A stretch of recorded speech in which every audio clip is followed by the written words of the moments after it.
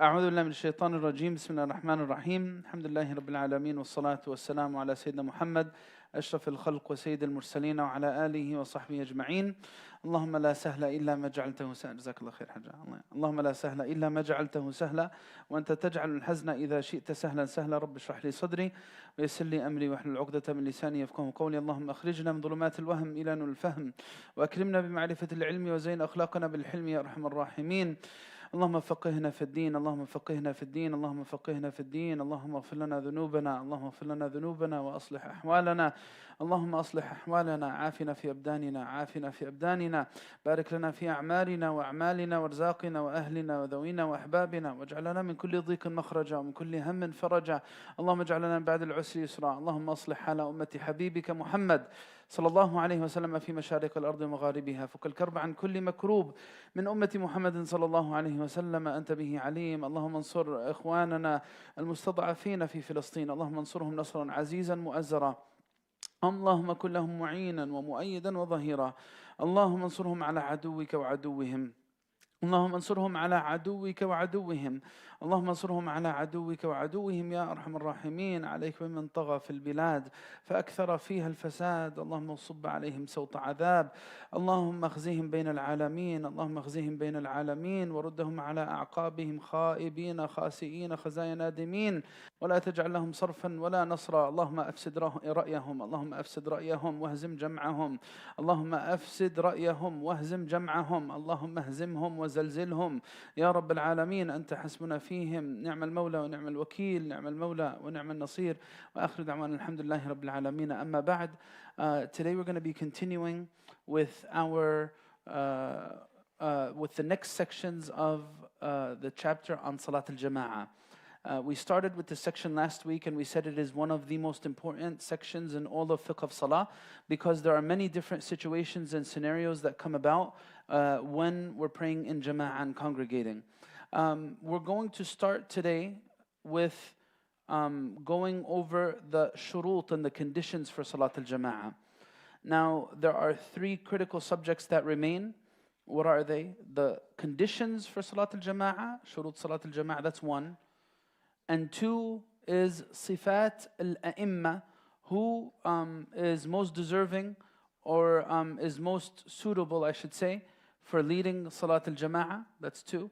And then the third one is A'dhar al-Takhalluf an al-Jama'ah, the excuses for not being in attendance of a Jama'ah and a congregation. These are the three main subjects. The first of these has the most details, and that's the conditions. The first of these, and we started with this last week, is the Imam in Salat al-Jama'ah is supposed to be physically ahead in his location of in front of the followers. And this is a condition because the Prophet ﷺ said, إِنَّمَا جُعِلَ الْإِمَامُ لِيُؤْتَمَّ بِهِ. The Imam was made in this position to be followed. And if the Imam, if a portion of the Jama'ah was ahead of the Imam, then they would not be following him. So that's why we said, التقدم على الإمام في غير ضرورة, especially in a situation where there is no necessity, being in front of the Imam would invalidate the prayer and would invalidate this person following the Imam. So this is the first one.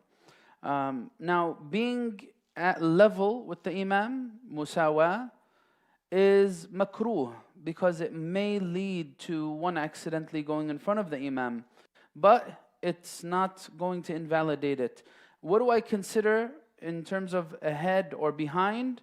I consider the heel, aqib, not the toes. As we said, people have all different sizes of feet, and you're not going to consider the toes, you're going to consider the back. And for the one sitting down, like we said, you consider where the person is sitting, not where the person's feet are.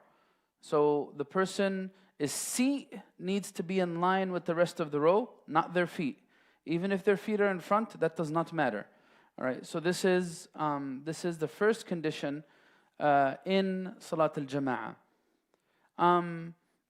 And the second of these conditions, and under this condition, we said it is makruh for a person to stand alone in a row. They should have someone with them. And we discussed a lot of details relating to this, that someone may find themselves in this position because there's no space at all in the first row. Technically, what would have happened historically, if that was to happen, is someone would be pulled back into the second row. But now people do not have fiqh and don't have understanding of these matters. So if you were to tap on someone's shoulder to start a new row with you, they will get deeply confused. So this is one of the difficulties and challenges of this.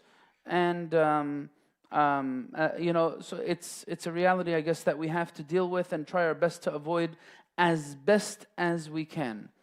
As we said, part of what goes into this is you should not join a jama'ah until you reach the row. One time, someone did this during the time of the Prophet ﷺ. He was trying to catch the rak'ah. As you would imagine, many people, when the imam's in ruku', they're in a rush. So this person did ruku' before he actually got to the row. The Prophet ﷺ, after the salah, told him, زَادَكَ اللَّهُ حِرْصًا وَلَا تَعُدْ. May Allah make you more keen on catching prayers, but don't ever do this again. If you come in late to the masjid, whatever you catch, join. And whatever you miss, it's okay. It's okay if you don't catch the imam while he's in ruku' and you have to pray an extra rak'ah. What's not okay is you rushing into salah in a way that distracts you and takes away from your khushu' or distracts the musallin.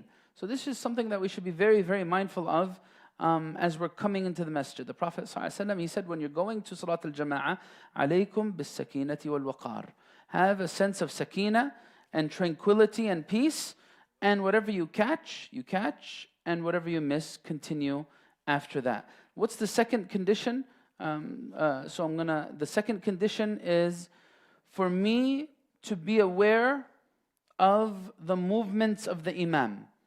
And this could be either by directly seeing the imam or by directly seeing those who are following the imam. This could be, or by other means, like with our sound systems that we have now.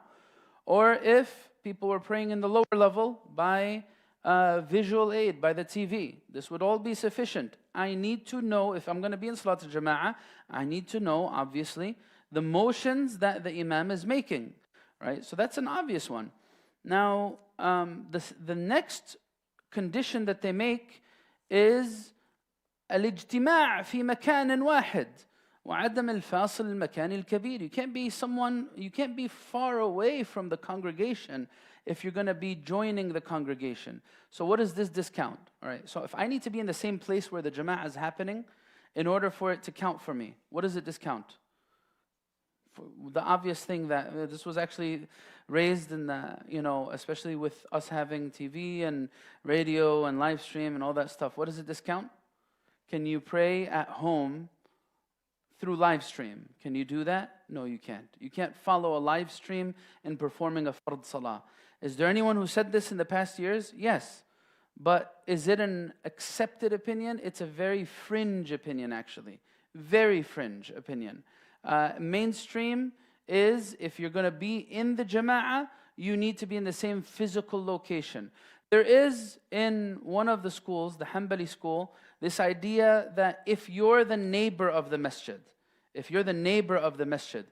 and you can hear the jama'ah as it's going on, you have a balcony, for example, and you want to pray from your balcony, following the imam, the Hanbali school would allow this. And based on this, if you guys ever gone to the Haram and you saw those hotels that are right in the vicinity of the Haram, they have a prayer area that that you could pray inside the hotel following the jama'ah. All right, that's based on this opinion, that if you're a neighbor of the masjid, that you can pray from your location as long as you know the motions of the imam. So that is allowed according to one madhab. The other madhabs would not allow this. So this is just so you know. If you ever go for Umrah and you're on like I don't know how many floors that clock tower is. How many floors is it? I know it's it's very high. And that's the whole point. If you're at the very top of it and you want to just pray from your hotel room, following the jama'ah, and you can hear, or in a position in the hallway, I don't know, can you do that? According to one madhab, yes, but the other madhab say that salah is going to be invalid because you're not actually with the jama'ah in that physical location, even though you're there. Now, of course, sometimes, this is of course provided that there's no overflow. All right, so we need to be in one physical location. But if it's extended into streets and alleyways because of overflow, then there's no problem with this. That's different. But if it's out of convenience, I'm in a nearby location, I just want to pray from where I'm at, no, that's not going to be allowed according to the other three schools. But overflow, like sometimes on Jum'ah, you would find all of the streets leading to the Haram, they would be filled with people. And it would go for a long, that's fine. Overflow could go as many rows as it takes. As long as we are aware of what the Imam is doing, there's no issue with this at all. The other issue that there would be under this one, save your questions for a little later. Huh?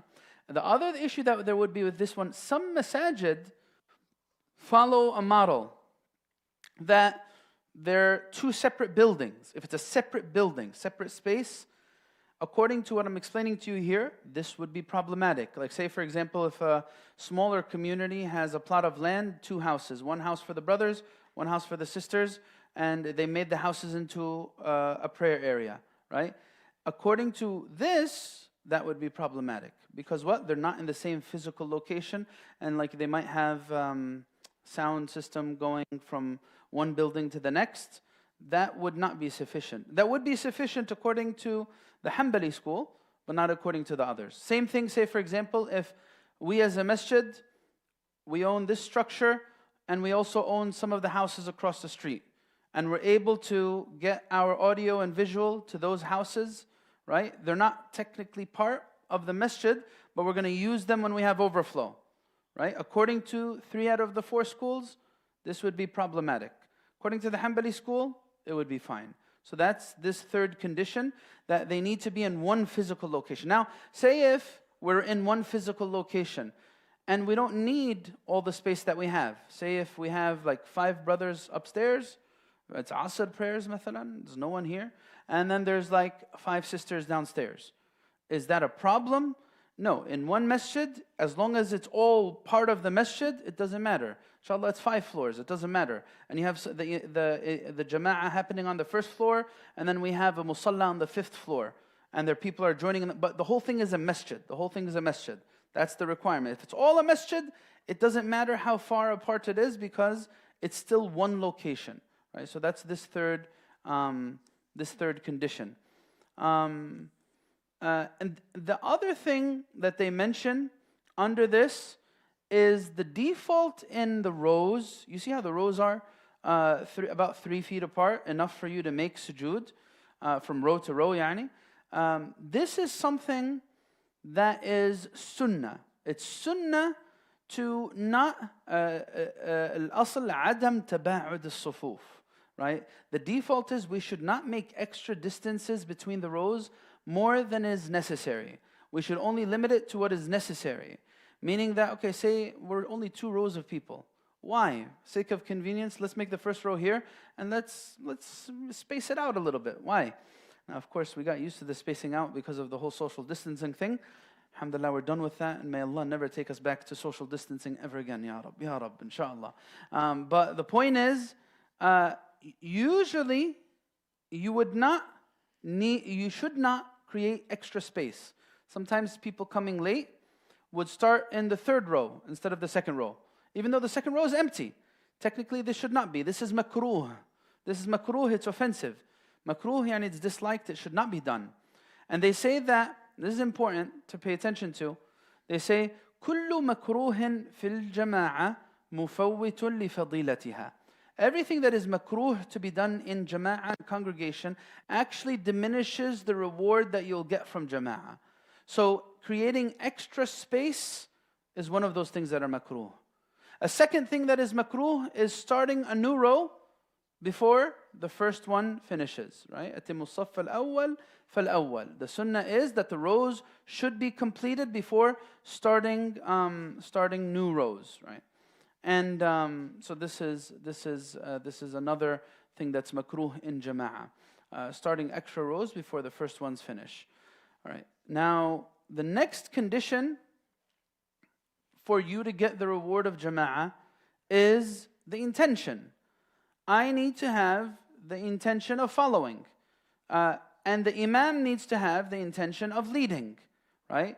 فيشترط لصحة القدوة أن ينوي المأموم مع تكبيرة الإحرام الاقتداء. This is something, because you're only going to get rewarded for that which you intend. So you need to consciously make this decision. So let's say, for example, let's give an example. I am praying Sunnat al-Maghrib, and someone joins me who hasn't prayed Maghrib yet. Is this okay? So far, is this okay? Is it okay so far? Raise your hand. Raise your hand. How many people think this is okay? Raise your hand high, right? So the imam, so I'm praying Sunnat al-Maghrib, I finished Maghrib, I'm done, right? I'm praying Sunnah. Someone's coming late, and he wants to join me to pray behind me because he didn't pray Maghrib yet, right? Is this okay so far? Raise your hand if you think it's okay. Raise your hand, raise your hand. All right. Those who raise their hand are influenced by Shafi'iyah. You guys are influenced by Shafi'i madhab. This is okay according to what we're studying, the Shafi'i madhab. That's okay according to the Shafi'i school. The other schools say it's not okay actually. They say that يشترط اتحاد نية الإمام والمأموم. It's a condition for the imam and the follower to have the same intention. The Shafi'i school says it's okay if they have different intentions. It doesn't matter. Whether that's the imam for the ma'mum or the ma'mum for the imam, it doesn't matter. I, as someone praying a fard, could pray behind someone who's praying a sunnah. It doesn't matter. Like I came late to the masjid for Taraweeh, and I didn't pray Isha yet. And the imam's in Taraweeh. I'm going to join the imam with the intention of Isha, even though his intention is Taraweeh. I have intention of fard, he has intention of sunnah. Right? And when he says salam, I'm going to continue for 2 more. No problem. That's okay according to our school. It's not okay according to the other schools, especially the Hanafi school. And what we use for this is the Prophet ﷺ one time, there was a man who came late into the masjid, who missed jama'ah. And the Prophet ﷺ said, who of you will yatasaddaq, will give a charity to his brother by joining him so that he gets the reward of jama'ah? So one of the companions stood and prayed alongside him. And of course, this second time, the companion who prayed with him is not going to be doing a fard, right? He already did his fard. So this is going to be considered nafil for him. So, and the Prophet ﷺ allowed this. So this is one of the things that can be used for that. So anyway, I come in and I'm following this person who's praying Sunnat al-Maghrib. This person who's praying Sunnat al-Maghrib has no idea what I just did. Imagine he's from an area where they're deeply committed to the Hanafi school, and he's never learned that there is an opinion out there that allows someone who's doing a fard to follow someone who's doing a sunnah. So he continues and he doesn't even do takbirat. He's just silently, this happens by the way. It does happen. If you go to other places, they'll get confused. What are you doing? You tap on their shoulder, they'll be confused, right? I'm just going to continue praying my sunnah. You do whatever you want, right? So if I have the intention of following, I'll get the reward. He doesn't have the intention of leading. He's not going to get any extra reward. He's doing his sunnah anyway. That's fine. My intention is what matters, right? My intent, even if he doesn't say Allahu Akbar, Sami Allah Hamida Rabbana lakal hamd, all this stuff, he doesn't say it out loud. As long as what I'm doing is valid, inshallah I'll get rewarded for it, and that's how we address that type of situation. So ولا يجب على الإمام. Okay. The next thing. All right. The next thing, he emphasized what I just said. ويجوز اقتداء من يصلي الفجر بإمام يصلي الظهر أو العصر أو العشاء. So this happens a lot. Like say, I came into the masjid, they're praying Asr. I did not pray Dhuhr yet. For whatever reason. Excused, not excused. What should I do now? What should I do? Should I join them in Salat al-Asr and then pray Dhuhr afterwards? Or should I join them with the intention of Dhuhr and they're praying Asr? Or should I pray Dhuhr by myself at a quicker pace, and then join them for whatever I catch from their Asr. Which one of these should I do? Right? Which one of these? So we have 1, 2, and 3. Should I join them and pray their Asr, and then I'll just pray Dhuhr afterwards? Or join them with the intention of Dhuhr even though they're praying Asr? Or the third one, pray by myself Dhuhr and then join whatever I can from their prayer. How many of you guys think number one? Number one, raise your hand. Number one. Okay, a few people. All right, number two. More people. All right, number three. Not many. One person raised their hand. Okay, let's go over this one. So now, doing the prayers in order, is it a requirement or not? Praying Dhuhr, then Asr, then Maghrib, then Isha. I missed Dhuhr now. Do I have to pray Dhuhr before I pray Asr? Answer, according to the majority of scholars, الترتيب بين الفرائض واجب. It is obligatory to do order between your fard prayers. According to 3 out of 4 schools, which of the schools says it's not wajib? The Shafi'i school. The Shafi'i school says it's not wajib, it's recommended. They say it's recommended. The default is you should do it in order, but if you do not do it in order, your prayer is still going to be valid. That's what the Shafi'i school says. Now, when would we put this to the side? Say, for example, everyone would agree to this. I have 5 minutes left until Maghrib time. And I didn't pray Dhuhr, and I didn't pray Asr. If I pray Dhuhr, I'm going to end up missing Asr too. I already missed Dhuhr. So in this case, which one am I going to give priority to? They say this is an exception. Pray Asr, so you don't miss it out of its time, and then pray Dhuhr after that, just so you at least catch one of the prayers during its time. So that's the first thing. All right, now, we already said, the Imam, so this is the first scenario. We said, praying behind the Imam with the intention of Asr, then making up Dhuhr. Is this allowed? Yes, but only according to the Shafi'i school. The other schools would say, no, you can't do that. Right? The second scenario is, I'm going to pray Dhuhr as a follower, even though my Imam is praying Asr. Is this allowed? Yes, but only according to the Shafi'i school. The other schools would say, no, you cannot, because your Imam has a different intention than you. Okay? So then, if I do either scenario 1 or 2, my prayer will be valid, but only according to 1 out of the 4 schools. If I want to be, so I can do this, no problem. But if I want to be precautious, the better thing to do would be do this. I came into the masjid, I didn't pray Dhuhr yet. Usually the Imam's prayer is at a slower pace, usually, not always, but usually the Imam's prayer is at a slower pace than if you were to pray individually. You can, as an individual person, pray a little quicker than how the jama'ah goes. So what should you do? The best thing, if possible, the best thing would be, I come in, I'm going to pray Dhuhr by myself at a quicker pace. And then even if I only catch the last rak'ah of the Imam's Asr, I will join and inshallah I'll get the ajr of jama'ah for that too. And in this third scenario, your prayer would be valid according to all of them. In 1 and 2, you could do it, no problem. Shafi'i school is a recognized school that I follow, and it'll be a valid prayer. But this is how we break this down. Wallahu alam. Is this clear to everybody? The 3 scenarios? Is it clear to everybody? Everything clear? All right, very good.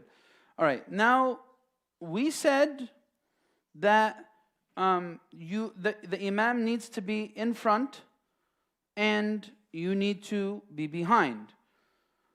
And you should not be in a physical location that's ahead of the Imam. Now, what about going ahead of the Imam in terms of the motions of prayers? What happens? موافقة الإمام is the next condition. يشترط لصحة الاقتداء موافقة المأموم للإمام في أفعال الصلاة. Now, you should follow your Imam in the motions of prayers. That's part of what Jama'ah is supposed to look like, following the Imam in the motions of prayers. Except when? إلا إذا ترك الإمام فرضا فإن المأموم لا يتابعه في تركه لأن تركه عمدا يبطل الصلاة. Now, what if the Imam did something that I know with 100% certainty is wrong? not doubt. The Imam stood for a 5th rak'ah. What should we as followers do? Bring it to his attention. By what? Saying Subhanallah.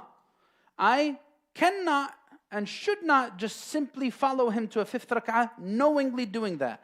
Now, if I doubt and I don't know, I'm not sure, okay, I'm confused too now, then there's no problem. But if I know I'm going to a 5th rak'ah without any doubt, I can't follow him in that because that's going to make my prayer invalid. Okay? So I said Subhanallah, and I'm 100% sure that he's going to a 5th rak'ah. I said Subhanallah. A few other people next to me said Subhanallah. But we have a stubborn Imam. He thinks his opinion's right, so he decides to stay with the 5th rak'ah. I, as a follower, what do I need to do now? They say if you have certainty, at this point, what you do is, you do niyat al-mufaraqa, the intention of separating from the Imam, and you do your tashahhud by yourself and your salam by yourself. This is provided that you are certain he's doing something extra in salah. And your prayer would be valid, and you'll get the reward for following him for the jama'ah without any issue. Now I need to follow the Imam in the motions of prayers. What if the Imam leaves out certain sunnahs? Like one of these sunnahs is the pause as you're getting up from the 2nd sajda and rising for the 2nd rak'ah, for example. This jalsat al-istiraha, we call it. He didn't do that. Should I not do it too? No. If it's something small like this, it's fine if you did it. وَلَا تَضُرُّ الْمُخَالَفَ الْبَسِيطَةِ كَالْإِتْيَانِ بِسُنَّةٍ تَرَكَهَا الْإِمَامِ. So if you were to do something as simple as that, there's no issue with that. Now, this is about following in motions. Now, what if I go ahead of the Imam in the motions of prayers? They say, فَإِن كَبَّرَ قَبْلَهُ فِي تَكْبِيرَةِ الْإِحْرَامِ أو كبر معه للإحرام لم تنعقد صلاته. Right? Now, if we're talking about takbirat al-ihram, the initiating prayer, takbir, I can't do it at the same time as the Imam. And I also can't do it before the Imam. If I do either of these, then my prayer as I initiated it will not be valid. Right? So I need to be after him. This is in takbirat al-ihram. But sometimes you'll find in the motions of prayers, some people will be at the same pace of the Imam. They won't wait till he finishes saying Allahu Akbar. They will go down as soon as they see him going down at the same time. Right? This is makruh. All right? So being at the same pace of the Imam in the movements is makruh. But if he was to go ahead with one rukun, we're going to look at the following. If he did it intentionally, then that would be haram. It would be haram to intentionally go ahead of the Imam. So this is the first situation if he did it intentionally. وَإِن تَقَدَّمَ الْمَأْمُومُ بِرُكْنٍ كَامِلٍ, right? He says here, كما إذا ركع قبل الإمام ورفع قبل أن يركع الإمام فإن كان عالما بالتحريم بطلت صلاته وإن كان جاهلا أو ناسيا لم تبطل صلاته لكن لا يعتد له بهذه الركعة لأنه لم يتابع الإمام في معظمها. All right, so here in this case, this situation, look, he's saying, imagine if someone was to go ahead of the Imam in ruku' and then rise up from ruku'. In this situation, if he does this, that rak'ah is not going to count for him if he did it out of ignorance or out of lack of awareness. But if he did it intentionally, his prayer is going to be invalid and it's haram, as we said. Now, but if he did it accidentally, it is not going to immediately invalidate. When would you do it accidentally? All right, here's a situation where, say if this happens a lot, if you can't see the Imam. You think that the Imam is in one motion of prayer, but he's not. You accidentally go ahead. You thought he said takbirah. You thought he said Allahu Akbar, so you start going down to ruku'. And then you realize, oh, he didn't say yet. Let me stand back up. Accidentally going ahead with a partial rukun is not going to affect your prayer. That's fine. Or this happens a lot. with when we do sajdat tilawa. Sisters don't know that there's a sajdat tilawa and they can't see the imam. So what do? They go down to ruku', even though the imam went down to sujood. So technically they went ahead of the imam now, right? They went to ruku', but they did this not out of intention. They did this accidentally. So accidentally going ahead of the imam will not affect your prayer, especially if it's only by one rukun. Especially if it's only by one rukun, that will not affect the prayer at all. All right, so this is about going ahead of the imam. If it's intentional, it'll invalidate the prayer altogether, and it's haram. If it's accidental, it will not invalidate the prayer, and you continue completely fine without any issue. Wallahu a'lam. So, what about, okay, so this is going ahead. What about being late? Say if I have an imam who prays pretty fast, and I'm a slow reader. So what happens here?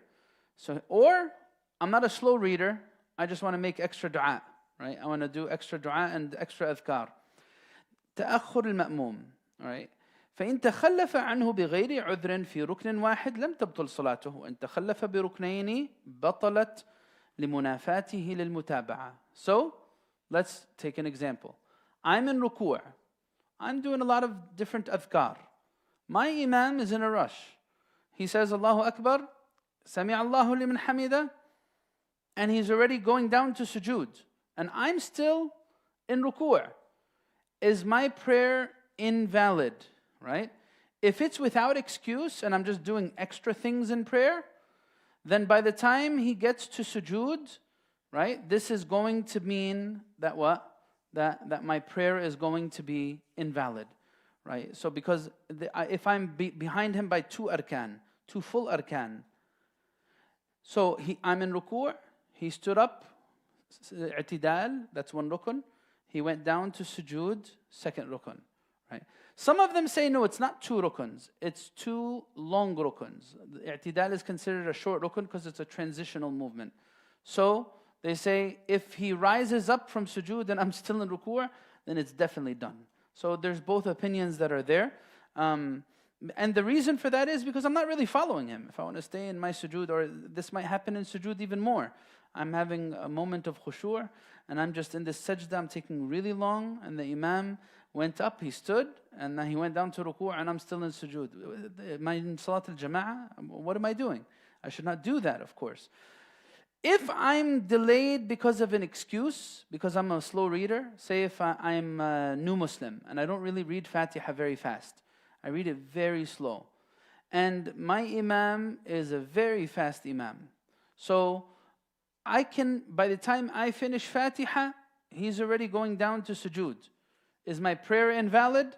The answer is, if it's for excuse because of slow recitation, no. After I finish Fatiha, I should just catch up to where the imam is at that point. So this is the way we break it down.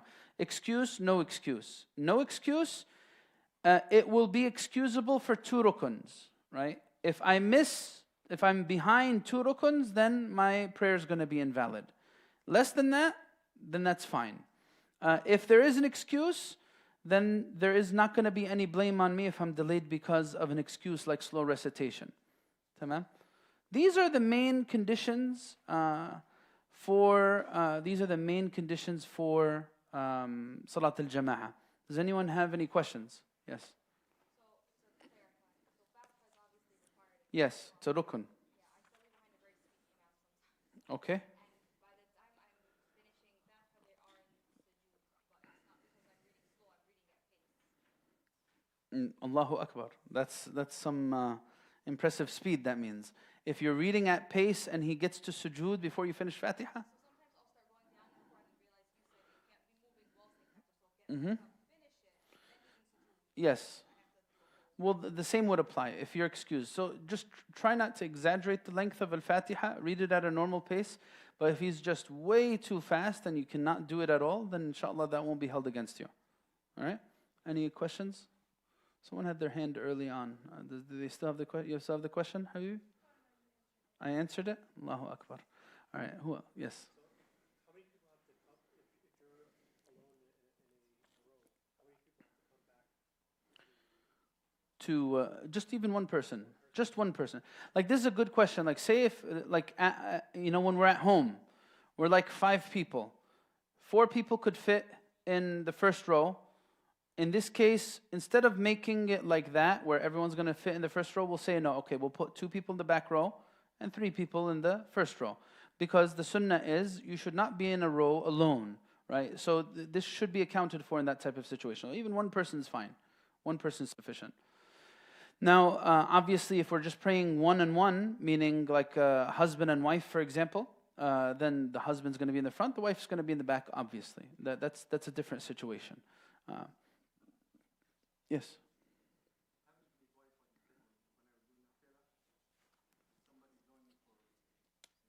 Yes. You're doing nafila and they join you for a fard. You follow the other opinion? Huh? And do you follow the other opinion? So I said the Shafi'i school says it's completely fine. You do nafila, let them pray whatever they want to pray. It doesn't matter. Ma fi mushkila. You can recite out loud, that's fine.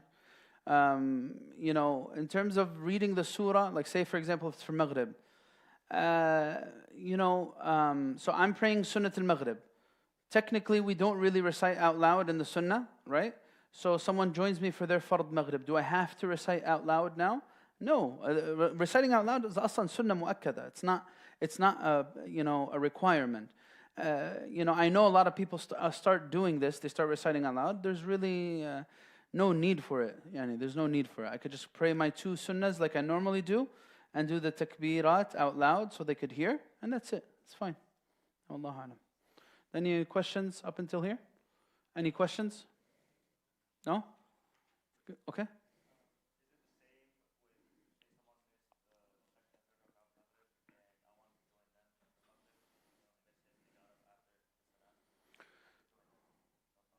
Of course, because they're still praying the fard. Yeah. And you missed the fard and you want to join them for the fard? Yeah, absolutely. There's no issue with that whatsoever. Now, of course, just so you know, if you miss part of the jama'ah, you'll get partial reward. You're not going to get full reward. That's why we have this term for someone who's late to Salat al-Jama'ah. We call him a masbuq, someone who is late. So someone who's late to Salat al-Jama'ah, they're going to get the full reward? No. They're going to miss out on it. Of course, takbirat al-ihram, if the people knew, there's a hadith that says this, if the people knew the great reward for being in the first row and for catching takbirat al-ihram, they would have fought over being in that position, right? So of course, catching takbirat al-ihram has so much more reward than catching part of the salah.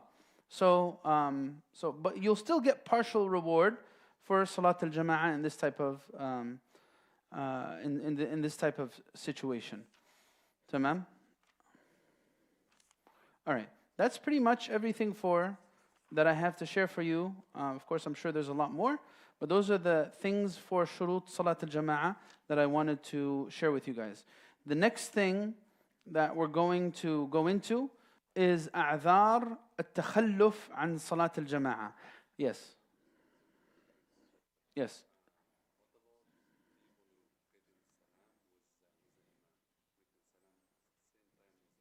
Yes. So regarding the salam, you should always seek to make your motions in the salah after the imam's motions. So the imam saying the first salam, you should wait till the imam says the second salam before you do one of 2 things. If you're late, wait till he says the second salam to stand up and continue your salah, right?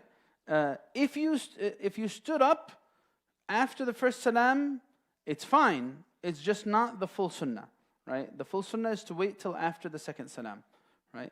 Now, the same thing, if you're going to end your salah, wait till he says his second salam to say your salams. But technically, the rukun is the first salam. The second salam is sunnah. So, with the first salam, qudwa or iqtida is done, right? So, and if I was to say the taslima alongside the imam, it's not going to invalidate the prayer. Just as saying takbir to ruku' at the same time as the imam is not going to invalidate the prayer. You understand? So it's not going to invalidate the prayer, it's just makruh. موافقة الإمام في حركات الصلاة مكروهة. Yes.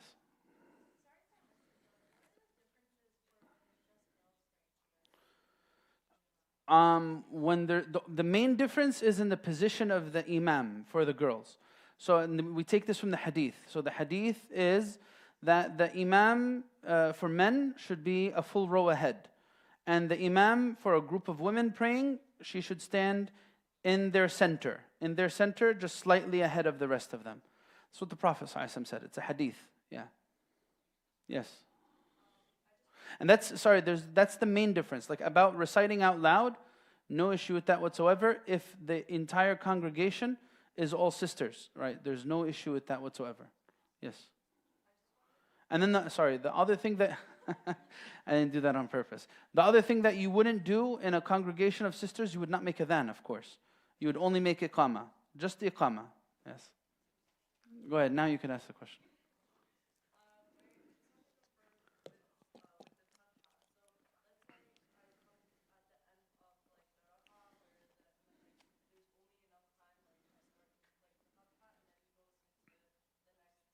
Yes.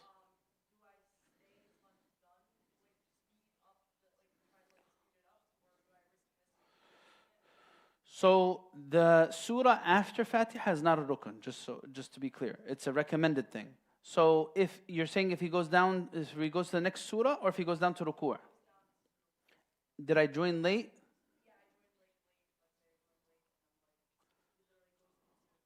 So if I join late as a masbook, the only thing I should recite is the amount of time that he gives me to recite Fatiha. So say if I'm masbook. Normally when we start salah, we would say certain adhkar, right? Dua al-iftitah, and then isti'adha, and then we would go into the recitation. As a masbook, you should not do those pre-recitation adhkar. Don't do them. You should get right into Fatiha because you joined late and you want to try to catch Fatiha in its full.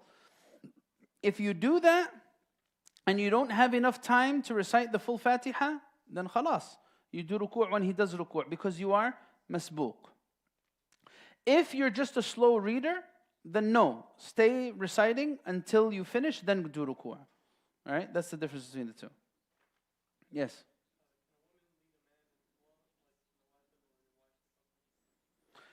Can a woman lead a man in salah? The answer to this question is no. The answer to this question is no. This is not allowed according to the vast majority of scholars. Right? There's some narrations and there's obscure opinions in special circumstances that say otherwise. Like there's a hadith that says about a certain woman companion who would lead those in her home in the prayer, but those were very special circumstances. The standard opinion, the mainstream scholars hold, is a woman cannot lead a man in salah. So we tell someone, say a sister got married to a new Muslim who does not know how to read Fatiha yet. We tell them, don't pray jama'ah, he can't lead you and you can't lead him. So until he learns Fatiha, then you could do Salat al-Jama'ah. Yeah. Yes. What other questions do we have? Any other questions before we continue? Okay, let's continue. أعذار التخلف عن صلاة الجماعة وعن صلاة الجمعة. All right, so these two are often mentioned together. All right. These are, there's a bunch of excuses that they mention here that would be okay for a person to leave jama'ah prayers. Is jama'ah prayers required to begin with? The answer, according to most, no. So then why would need an excuse to leave it, right? It's not wajib anyway. The answer to this is, the excuse here is for you to get the reward of sunnah for not being able to fulfill it. And for you to be excused for abandoning something very virtuous. There are certain situations that you'd be excused. Now, of course, abandoning Salat al-Jama'ah is you're missing out on great reward. But certain situations, you're not able to do it. And the fadl of Allah is great. That He'll give someone who used to pray Jama'ah or wants to pray Jama'ah the reward of Jama'ah, even if they can't. The Prophet ﷺ says in the hadith, إِذَا مَرِضَ الْعَبْدُ أَوْ سَافَرَ كَتَبَ اللَّهُ لَهُ مِنَ الْأَجْرِ مَا كَانَ صَحِيحًا مُقِيمًا. Prophet ﷺ said, if someone was to get sick or someone was to travel, then Allah will continue to write for them the reward that they would get as though they were a resident and as though they were healthy. Someone got sick and was put in the hospital. This person was a person who prayed every day in the masjid. I don't doubt that they'll get the reward of ajr salat al-jama'ah, according to this hadith, for every jama'ah that they missed that they would have attended had they not been in the hospital. So this is something important to remind ourselves, and especially people who can't make jama'ah for a special circumstance. If Allah knows, this happens also sometimes for moms, for example, or for people who have to care for family, someone who has to care for an elderly mother or father.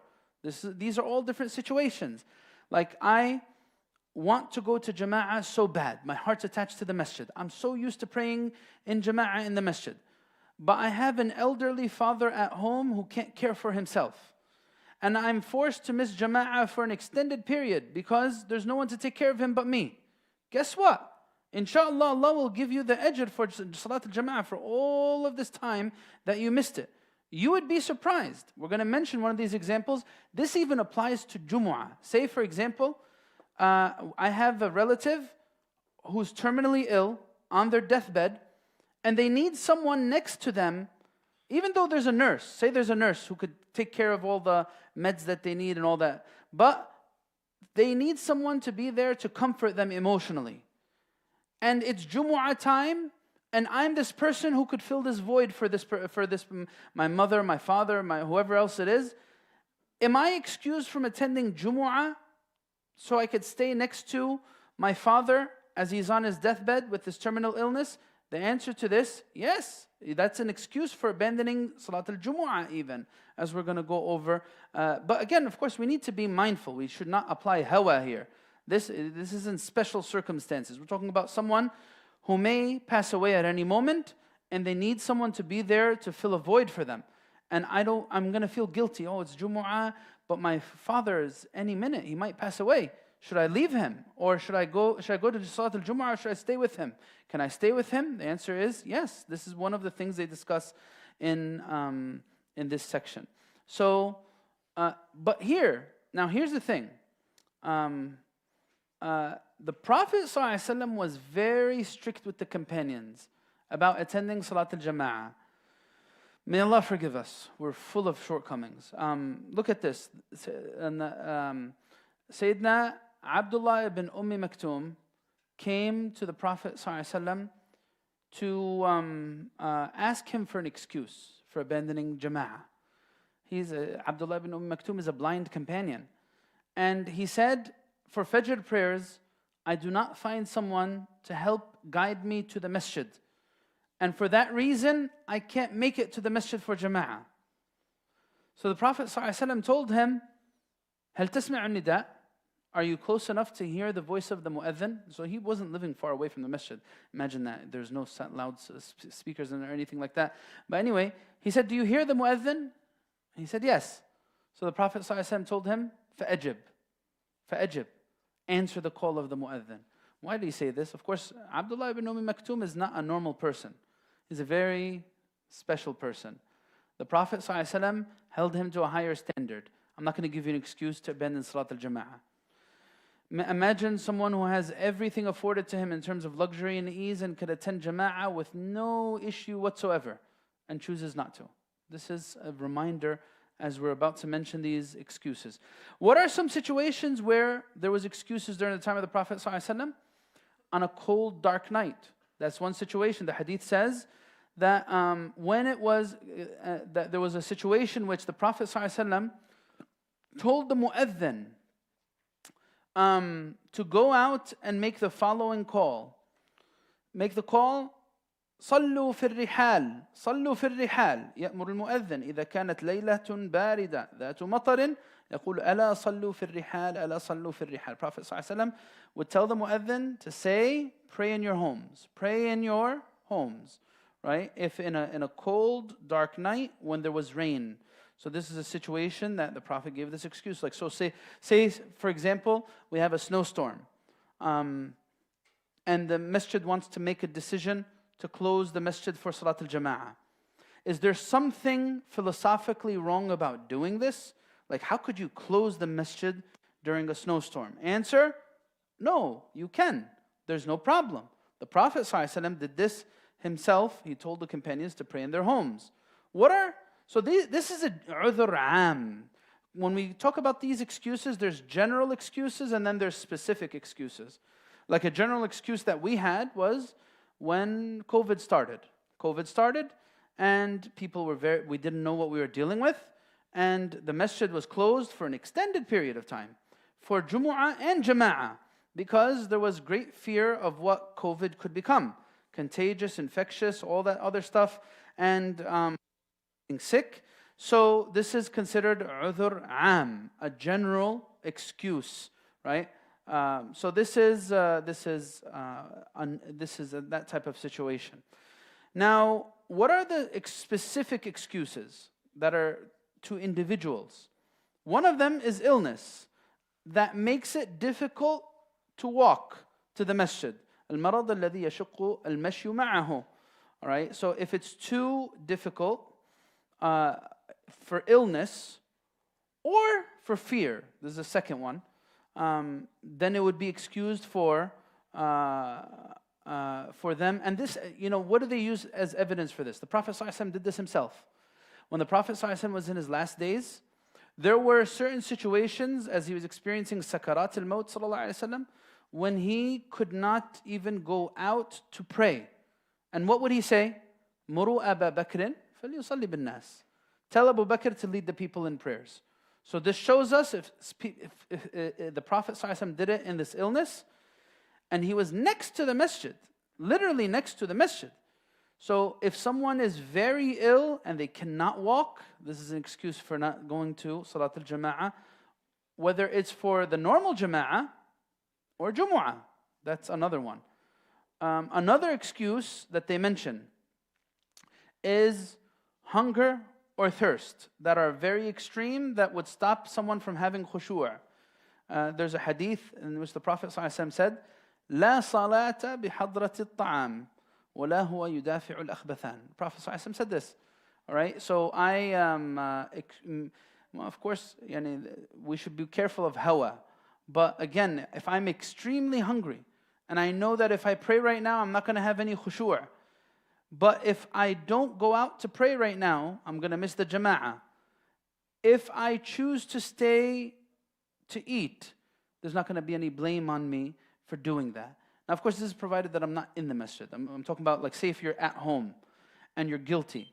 You feel guilty that should I go out to jama'ah or should I stay home? The answer to this question is if you were to choose to stay home, you should not feel guilty because the Prophet ﷺ said, there is no blame on you in this situation. The same thing if you were to be fighting with needing to go to the bathroom, right? So I really want to join the jama'ah, like I just got to the masjid, and they're literally 2 rak'ahs in, and I know I really have to go to the bathroom. And if I go to the bathroom, I'm most likely going to miss this whole Salat al-Jama'ah. What am I going to do now? So do I go to use the bathroom or do I join the Jama'ah? Answer, go use the bathroom. Prophet says it's makruh.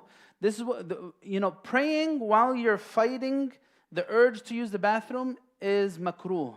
We call it Salat al-Haqin, not al-Haqid. Al-Haqin, right? The one who is holding it in with extreme pressure. Of course, if it gets to the point where something actually exits the body, the prayer is going to be invalid. But if it doesn't, it's just going to be makruh in this type of situation.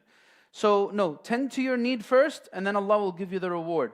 I missed the jama'ah. This might happen sometimes. I made the whole effort. I came for Jumu'ah, right? And I listened to a 50-minute khutbah. No, I can't give a 50-minute khutbah. That would be way too long. People would be very angry at that point. But anyway, say if it was a 30-minute khutbah. All right, 30-minute khutbah. And they're about to make iqamah and I cannot hold it. I really have to go to the bathroom. Now this is Salat al-Jumu'ah. If I miss the jama'ah, I'm going to miss the whole Jumu'ah. Right? So what do? I'm going to go to the bathroom.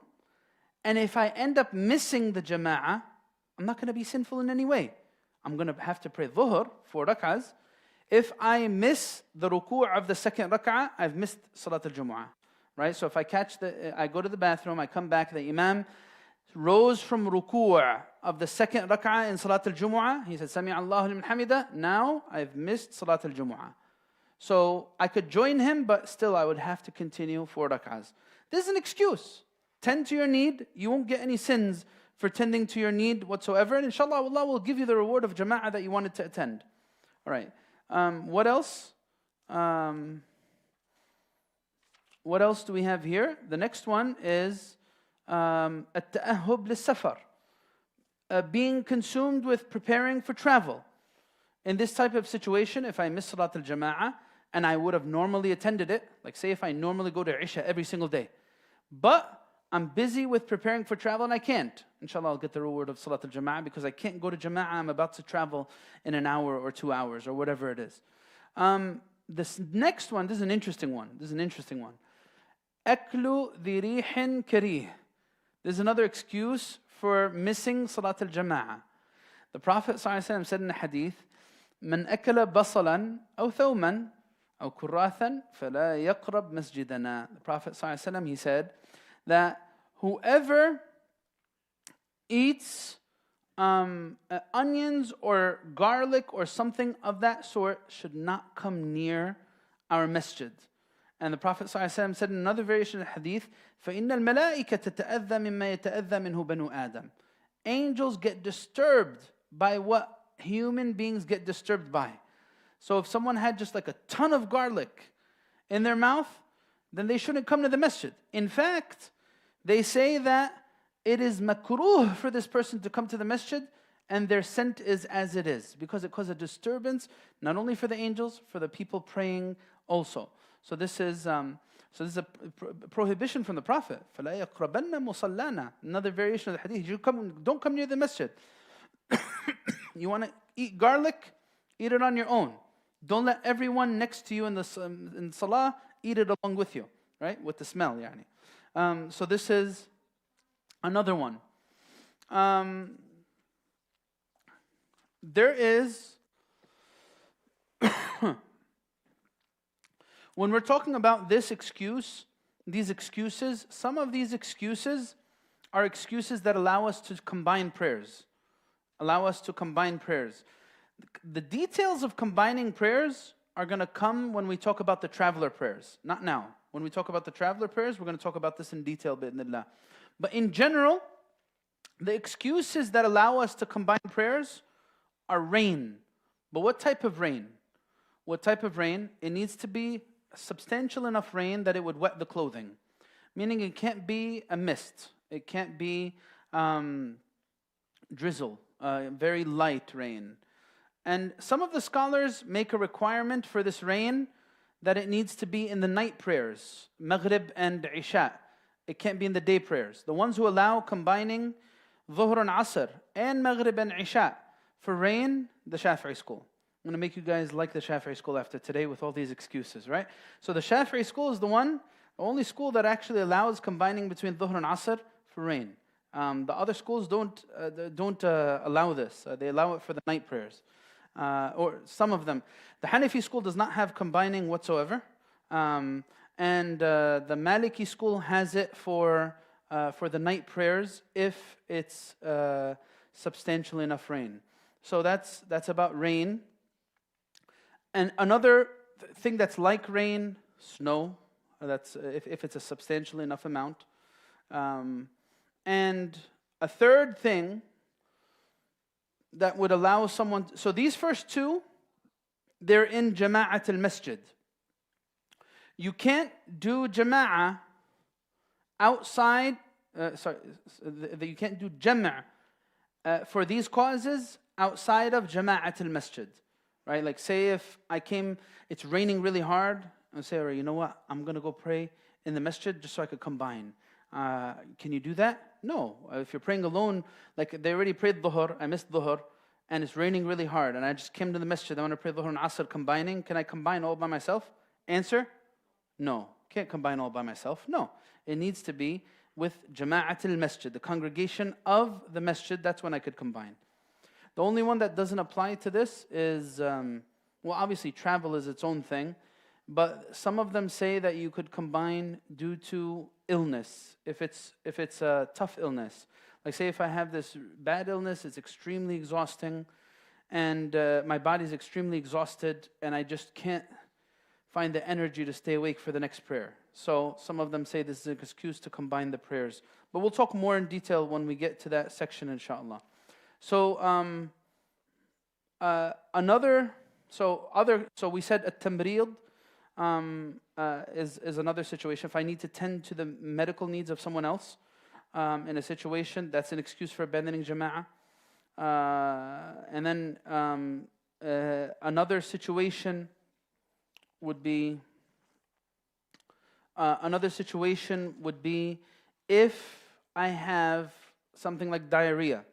If I have to go to the bathroom constantly and I cannot keep wudu whatsoever. Some people might have this. They have a viral infection, non-stop going to the bathroom.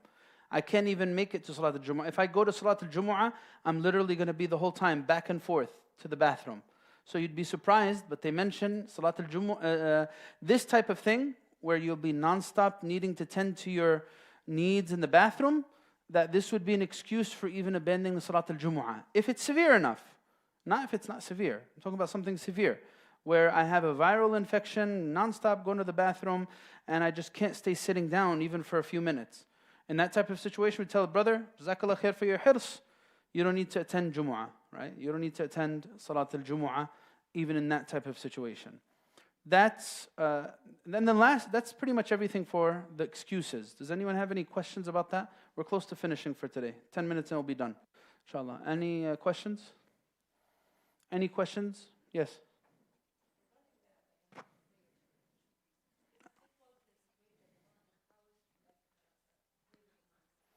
No. So the best... So is a jama'ah outside of the masjid like a jama'ah inside the masjid? The answer, like we said last time, no. The best jama'ah is the jama'ah in the masjid. The second thing is the jama'ah outside of the masjid. The third thing is praying alone in the masjid. The fourth thing is praying alone outside of the masjid. So this is the tartib. So this is the order in terms of virtue. Last subject we have for today is who is most deserving, or I don't like the word deserving, who is most suitable to lead Salat al-Jama'ah. And the reason why is they say that al-imamu damin wal-mu'adhin mu'taman. The imam, this position is a position of great responsibility, because I'm going to be accountable for the prayers of those behind me.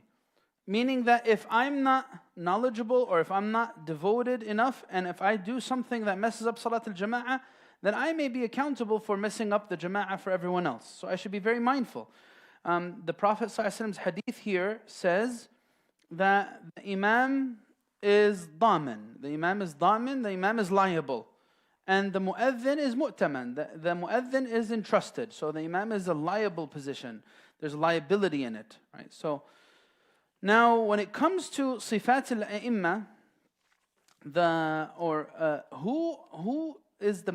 who should be leading the prayers? The first and top here is الرجل في سلطانه. The Prophet ﷺ, he says in the hadith, لا يؤمن الرجل في سلطانه أحد إلا بإذنه لا يؤم الرجل في أهله ولا في سلطانه ولا يجلس على تكرمته في بيته إلا بإذنه. Prophet ﷺ says in the hadith, if someone owns a property or if someone is designated for a position, then no one could put themselves ahead of that person, even if they're more qualified. So say if we have someone who is a hafiz, who visits someone else's home. Average Muslim doesn't have a lot of Quran memorized. Who's most entitled to lead in the home? The owner of the house. Unless the owner of the house wants to let his right go, and he wants the hafiz to lead the prayers. In this case, no problem. But who's the one who has the final say? the one who owns the house. In a masjid where there is a designated imam, who's the one who has the final say in terms of leading the prayers? The imam has the final say in terms of leading the prayers. That's why they say in a masjid, there should not even be a second jama'ah unless there is explicit permission from the one who's designated to lead in that position. So there should not be a second jama'ah unless there is permission and it's allowed in that. So what if we're not talking about that type of space, where we have all equal footing in a certain space? Who should be given precedence in terms of leading the prayer? They say the one who should be given precedence overall is al-afqah, the one who has more knowledge in terms of prayers. Now, of course, many people today, they skip the whole list entirely and they go to whoever has the sweetest voice. Anyone who could make our hearts feel something, we're going to put him number one, even though if he doesn't understand a thing about salah. But that's not how the fuqaha said it. The fuqaha said, the one who's most knowledgeable in terms of ahkam as-salah should lead the salah. And that's because my prayer being valid is more important than anything else. So that's number one, making sure that the one leading is someone who knows ahkam as-salah. And that's why you should not pray behind someone who is very ignorant of ahkam as-salah. You should be careful with that. You should be careful and mindful of that. If you pray behind someone who you're not even sure if they know how to properly make wudu, like this might happen. People, co-workers at work, someone, students at an MSA, any guy just stands up and leads the prayer. In that type of, be careful. If you're not sure the person who you're following even knows how to make wudu or does the basics, then you should be careful about following someone like that in prayer. Now, of course, if you know that they have at least a decent understanding, and say if you're just more knowledgeable, and it happens that you follow them, there's nothing wrong with that. We're talking about situations where we need to choose. The first thing we search for is fiqh, is understanding, so that our prayers are valid. And this is what they take from the hadith of the Prophet ﷺ. إذا كانوا ثلاثة فليؤمهم أحدهم وأحقهم بالإمامة أقرأهم. Now the Prophet ﷺ said, and the most deserving of them in imamah is the one who is most in tune with recitation. Now here, when you read it at face value, it may mean something else. But when they explain it, وبين الشافعي رحمه الله أن الصحابة والصدر الأول منهم كانوا يتفقهون مع القراءة. The Prophet ﷺ is not talking about mere recitation here. During their time, someone who is more in tune with recitation was someone who was more knowledgeable in the Quran. Because they would not read for the sake of reading. They would take 10 verses at a time, learn its rulings, memorize it, and then incorporate it in their lives. So the ones who are most in tune with the recitation were very knowledgeable in terms of the ahkam shar'iyah. So that's the first one, the most knowledgeable. All right, say if they're equal in knowledge, we're going to then look to their knowledge of the Quran. And many of them say, we're going to give precedence to someone who has more proper recitation over someone who has more memorization. So that's number two. So someone who has very appropriate recitation versus someone who is a hafiz but has absolutely no proper recitation whatsoever. What are we going to give precedence to? Proper recitation. Proper recitation over hifz is going to be the second thing after that. All right, then say if they have relatively the same amount of knowledge in terms of the Quran, in terms of proper recitation. What do we go to next? We're going to go to age, تقديم السن. And والمراد بالسن المضي في الإسلام. Right? What are we talking about age in terms of here? Age in Islam. If someone's born Muslim, then that's a given. If someone's accepted Islam, we're going to consider how old are they in their Islam. So that's if they have the same amount of knowledge in general, they have the same amount of mastery of the Quran, then we're going to go to age. Right? That's the next thing. All right, after age, what are we going to go to next? We're going to go to who is, and of course this is going to be something subjective, but who is known for their piety, known for their reverence of deen. If everything else is the same, then we're going to go to the one who is known to be pious, devout, committed, so on and so forth. All right, if that's all the same, then what are we going to go to after all of this? In the very end of this long list, the scholars, they say, the sweetest voice. That's the last consideration in terms of the most deserving for imamah. Sweetest voice falls last on the list. Wallahu alam. Then, like we said, and this is what we're concluding with, in terms of the imam, I need to make sure that he doesn't have any of the following. The imam does not have, is not ummi, is not considered unlettered. Who's an ummi in terms of imamah? Someone who doesn't know how to read Fatiha. If he doesn't know how to read Fatiha, he can't lead salah. He cannot lead salah. If he's going to change letters, add vowels, subtract, that cannot be. What if someone's young? Like say a 7-year-old, 8-year-old. But sometimes you have a 7, 8-year-old, he has the whole Quran memorized and he knows how to recite very good. Can someone who is not baligh lead the prayers? Someone who's not at the age of puberty?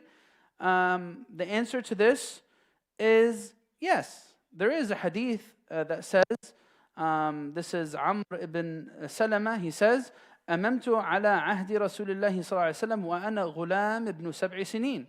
He says, I led salah and I was a young boy during the time of the Prophet صلى الله عليه وسلم, 7 years old. This same Sahabi is the same one. The Prophet صلى الله عليه وسلم passed by their neighborhood. They were doing salat al-jama'ah, right? And he's a young boy, 7 years old. And when he would go down, his awrah showed in one instance from the bottom. And so the Prophet ﷺ told them, غَطُّ عَوْرَةَ إِمَامِكُمْ.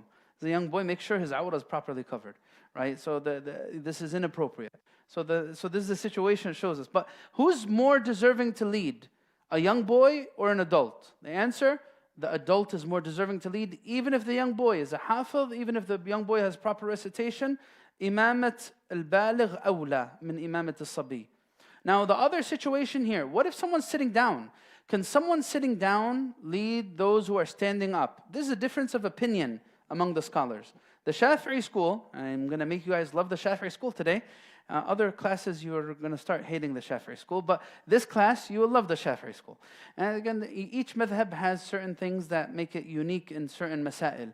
So the Shafi'i school allows someone who's sitting down to lead someone who's standing up. That's fine.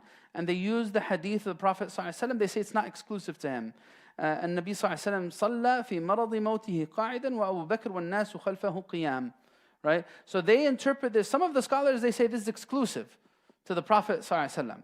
But the others, they say no. The Shafi'i school says no, this is not exclusive. The Prophet ﷺ is setting an example for the ummah, and he's not going to do something exclusive like this. So if someone's sitting down and those behind him are standing up, no problem. That's what the Shafi'i school says. All right. So and like we said, the difference of intention, no problem. The other evidence, if someone 2 minutes and we're done, inshallah. If someone is praying nafil, can they lead someone who's doing fard? We said earlier in today, yes, no problem. What's the other evidence that they use? Sayyidina Mu'adh ibn Jabal, you know what he would do? During the time of the Prophet ﷺ, he would pray with the Prophet ﷺ, and then he'd go back to his neighborhood and do the prayer again. Lead them in the prayer. Now this is his second prayer, right? So it's not going to be another fard. So he would lead them in the prayer just so he can establish jama'ah in his neighborhood. So this shows us as another evidence that someone praying fard can pray behind someone who's praying nafil, and that's, as we said, wallahu a'lam.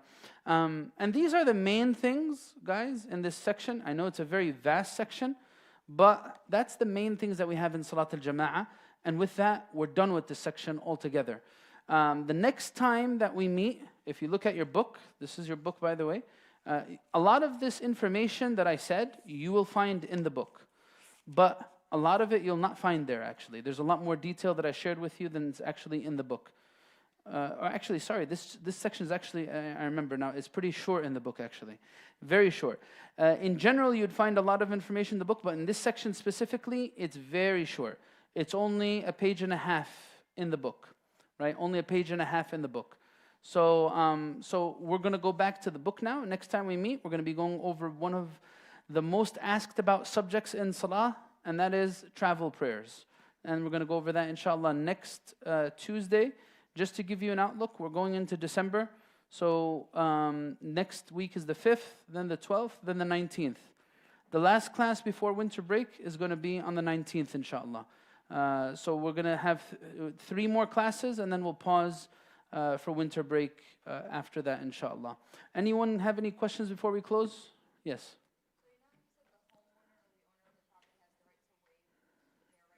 Yes. Of course. Yeah, of course. Say if someone has a lot of knowledge, but there's someone who has a beautiful, amazing voice, and they just want to feel someone else's recitation, and they want to give the sweet voice, the person with the sweet voice, the opportunity to lead, there's no issue with that whatsoever. Yeah. Yeah.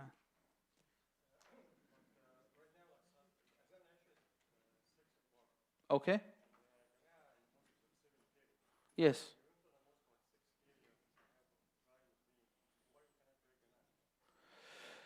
Because it leads to ikhtilaf. It leads to division. So now, if you did this with one guy, what if some people decide, let's do it with 20 guys, right? And you know what? The jama'ah keeps on growing and growing. So we're going to have, if the masjid or its leadership has no issue with this, then fine. We have 2 ishas, an earlier crowd and a later crowd. But if it happens by the person's own doing, they will be creating a sense of furqa, especially if this grows. Especially this happens a lot now, like with Asr prayers, happened a few times in the masjid here. Someone will come and they're in a rush. They'll start the Asr prayers 10 minutes early. And everyone coming in at that time for Salah will join them. And they'll finish the Salah. And what happens to those people who come when Asr time actually came in, 2:30? They won't find anyone to pray with. This is a problem. So they came for jama'ah at the time that it was designated, but because someone has selfish needs and they have hawa, they make everyone else miss the jama'ah. If we don't specify a time for salah, then we might as well not have jama'ah in the masjid whatsoever. Everyone, خلاص فرق, كل واحد, everyone come in, you got 5 guys, yalla go salli. 2 guys, go salli. 3 guys, go salli. But when you specify it, it establishes justice for everybody. Allah Alam.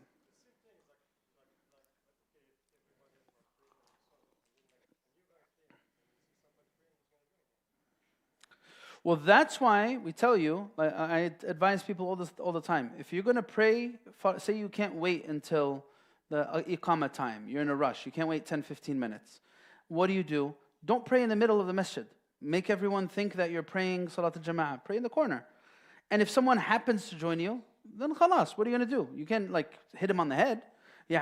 But if you make it a set thing, like, all right, you know what, khalas, I just want to leave right now, so I'm going to just start Jama'ah. I'm going to be creating furqa. I'm going to be creating division in the masjid. Wallahu alam. Well, yeah. You have a question?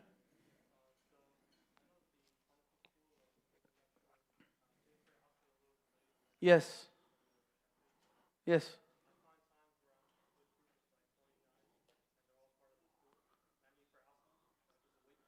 School? You said school? Okay, so what's your question?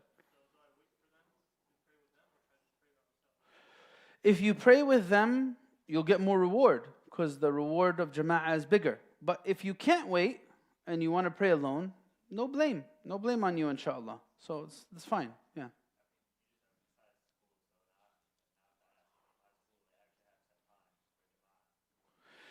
The thing is, what we're saying, your school is a prayer space. It's not even a masjid. It might not. It's like a semi-musalla because it's not unless it's your exclusive space. That's always for you. If it's always, that's different.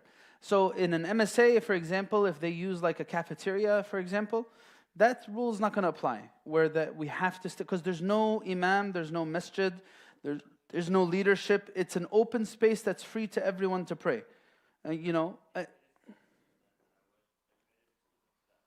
If it's exclusive to the musalla and they operate it as a musalla, then I would suggest the same thing. Don't create furqa. if you're going to do something on the down low under the radar by yourself or you and one other person, khalas, ma fi bas. But when things become a little bit bigger than that, it creates division. So avoid division. Avoid division. Any last question before we stop? Okay. جزاكم الله خير. سبحانك اللهم وبحمدك نشهد أن لا إله إلا أنت نستغفرك ونتوب إليك. السلام عليكم ورحمة الله.